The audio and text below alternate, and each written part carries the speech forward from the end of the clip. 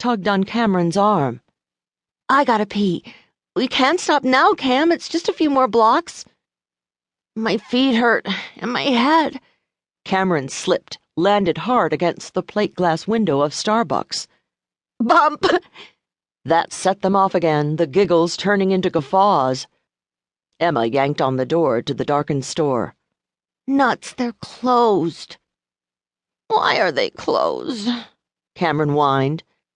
"'Cause it's midnight, witching hour. And you're not a witch, you're just a bitch. Tommy's place is just ahead. Can you make it there?" Cameron squeezed her eyes closed, chanting the rhyme under her breath. "Not a witch, just a bitch. Not a witch, just a bitch." "You really are screwed up, aren't you? Come on." Emma dragged her to her feet, off down the darkened street. Georgetown never truly sleeps. Even when the bars close, there are still people about. Joggers, the ubiquitous construction workers, musicians and homeless, dog walkers and students, lovers and mistresses. A stew of incessant liveliness, perfect for the college-aged and the cuckolded, the romantics and the hardened. They made it a block before Cameron stopped dead. She grabbed Emma's arm, nails digging into the soft flesh.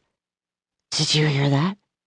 Emma strained, but 1 block up from M Street and 2 blocks over, all she heard was the tittering of the night birds and the whooshing of tires on pavement, maybe some faint, masked music. "Hear what?" Cameron shook her head. "I thought I heard something. Someone shouted. I'm drunk. Where are we?" Emma glanced at the sign on the corner. The numbers and letters weaved together. She shut one eye, and the familiar N floated into range. "We're on N Street. 1 more block up. Come on already." They started off again.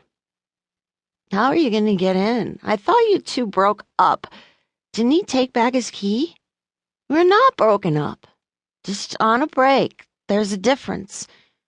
He's so busy now with school and working. He just took on another new project. He needed some space.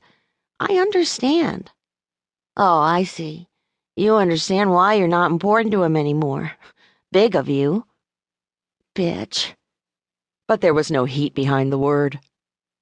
She heard footsteps, straightened in time to see a jogger cross the street in front of them, legs pounding out a steady rhythm.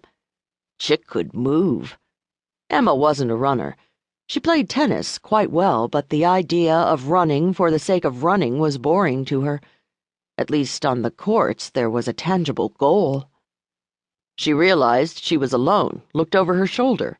Cameron had stopped again, was leaning woozily on a trash can. "Come on," Emma said, her tongue getting stuck on the words. She bit back a giggle and held out her hand. "We're almost there." "Gotta rest." "Focus, Cameron. Don't make me leave you behind in the dark, all alone. Ooh. Big nasty dark gonna eat you alive." Cameron flipped Emma the bird and stumbled back to her feet. "Let's go." A car turned the corner, engine purring as it disappeared behind them. Now they were truly alone. 1 block, turn right. 20 steps more, then the basement apartment railing appeared on her left. Emma fished the key out of her bra. She had known they were going to be drunk tonight. Thought a little booty call would be appropriate, even though she and Tommy had, in essence, broken up. Not because he didn't dig her. He did, she knew it. It was just school was tough on him. She knew that Tommy would be home studying, late into the night, working on some random epithelial cell or DNA splicing theory, as he always seemed to be. Medical school was hard. Hell, undergrad was hard. Harder than she had expected. Life was hard, too, especially for a pretty young thing with just enough smarts to make it into Georgetown, but maybe not quite enough to stay there. Her parents would freak if she failed out. "Tomorrow, I'll stop drinking and partying and really study. Tomorrow." But for tonight, everyone needed to blow off some steam, get a little nookie. Sex was good for the brain, raised the levels of oxytocin.